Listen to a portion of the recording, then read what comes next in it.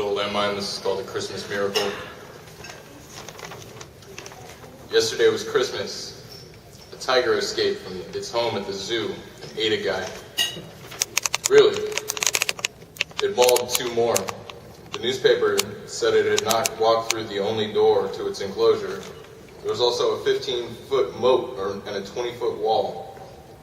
The tiger could not, the paper went on, jump that great a distance. So nobody knows, the paper says, how it got out. Its escape, a mystery.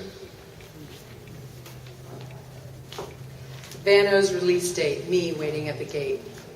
When he hit the street, fields of wheat eat sweet like fine and dandy cross colors. I sent him for dress outs. Fleas and ants pants, sticky dirt shirt, Oscar Hobbs socks. The Nike ones and twos, new shoes, money in his skyrocket.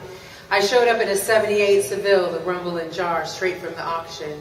Over the orange golden gate into the sand gray city, blue and crispy, home to Double Rock, leaving Quentin in the rear view mirror, shots of gin and Henny, pretty penny. He fell into the funk of the elephant's trunk drunk, wasn't supposed to be like this, miss. In my shovel and broom room, we goose and duck quick. He doesn't pull out before, God forbid, he is laying it into me, promising to make me his stress and strife wife. I who crossed that bridge on Sunday suffered search, the squat and cough, the up the hoop. Oh, please pull back, watch your hammer and tack. Wanted love, wanted his Hampton Heath beneath my naked wreath. Please tongue my I suppose, my red rose, my north and south, my Joe McGuinn. His lean and lingers, his black mince pies, so full of lies. Please don't split my rosy bump, but he couldn't make love, was too busy possessing me.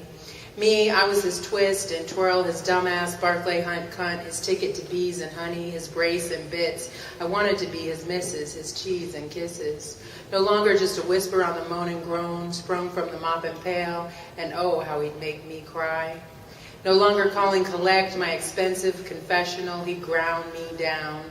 I broke the choke, busted the glass, and hauled ass. He proved his point when sprung from the joint, and oh, how he'd make me cry. His twist and his twirl, and I just wanted to be someone's girl, someone's twist, someone's twirl. Baby girl left, got me on some old Nina Simone shit. This is called, she said she'd go to the end of the earth, but she didn't even go to the end of October. We lay in bed that last night. The sex brought her out from wherever it is that she'd been hiding inside herself for the past few weeks. She said, as a few other well-meaning assholes already had, just think of all the great poems you'll get out of this. I'd be happy to never write another good poem as long as I live, to just have you here with me. Fuck a poem, I said. I want you, fool. But fuck, man. She left anyway, so here we are. The skeletons in my closet have been resurrected. I have written the bones of them onto paper, spoken them shamelessly in cafes and bookstores. Oh, in the past, my broken men have thrown them time and again, carved sharp to harpoon, belly up, I resurface, pulled the shaft from my gut, spilled the wine, turned the whole dreadful deal into a poem. Let them clack their stupid jaws and wish. Let them call me fat and easy, a cheater who spends bill money on appetizers and drink, sneaks out in the sleeping night for young, smooth-skinned men. Lately, I've been cleaning house, and the only thing in my closet are new shoes, and I don't care if I can afford them. This is called the gay divorcee. Passed a car on the freeway with streamers and stuff hanging off, and the words, "just divorced," written in soap on the rear window. Crack bitch panties. First of all, I don't have two initials for a first name. I don't even have a middle name. Always thought they were kind of stupid, a fallback in case your first name sucks. So I guess if both names suck, you use initials and feel like a real poet.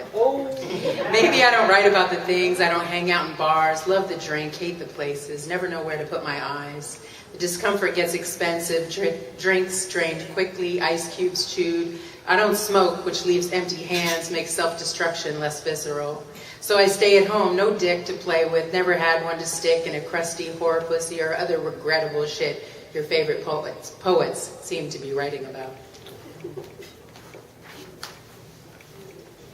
This is called Tiffany's. I went into Tiffany's on Union Square with my father. It was crowded, Neil Young was the only other shabby-looking motherfucker in the joint. I was clearly the only one without money to burn. We went upstairs. The girl behind the counter looked at the rings through my ears, at the heavy ring hanging from my nose. "You look like you're good on jewelry," she said, and laughed nervously. I looked her up and down, looked her right in the eye. "What can you show me in stainless steel?" When I was 13, my first love lay beside me in a small bed on a mountaintop. A sea of wood floor stretched out around us. I told him it wasn't enough, his love, his worship. He was guilty. I was too young. He was scared, 18, and not knowing where he would go. He had decisions to make and wanted me to make them, wanted me to say, "Marry me, keep me. Let's make a house, a home." But I was already drinking whiskey, fucking his friends, the wildness racing up through my veins, through the woods, the dirt roads, the darkness.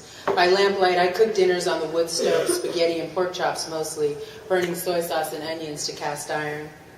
It was already rising up in my windpipe, and I told him I needed to be free. I was graduating 8th grade, couldn't fit into this tiny classroom or be his girl.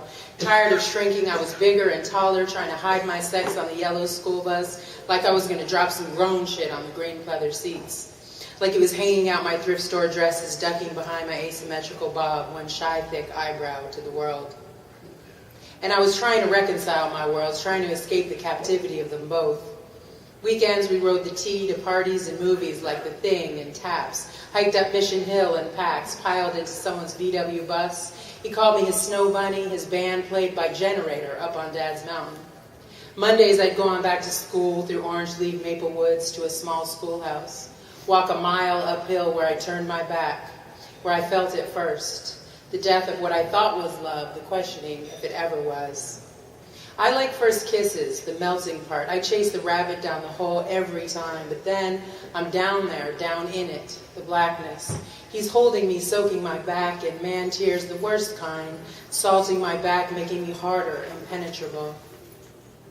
I turned off his faucet. I was allergic to his dick, burned me inside, and he's the one. I learned to mount and get off on he's the one to introduce me to that cold place inside, the place they all end up. He was my first, and it comes back to haunt the end of my sentences like punctuation.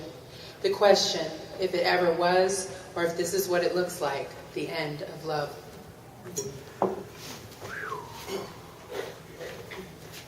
This is called Why Would You Do That? Sick in bed, I dreamed that you showed up at my house. You were laughing as you woke me up by rubbing your bare feet on my face.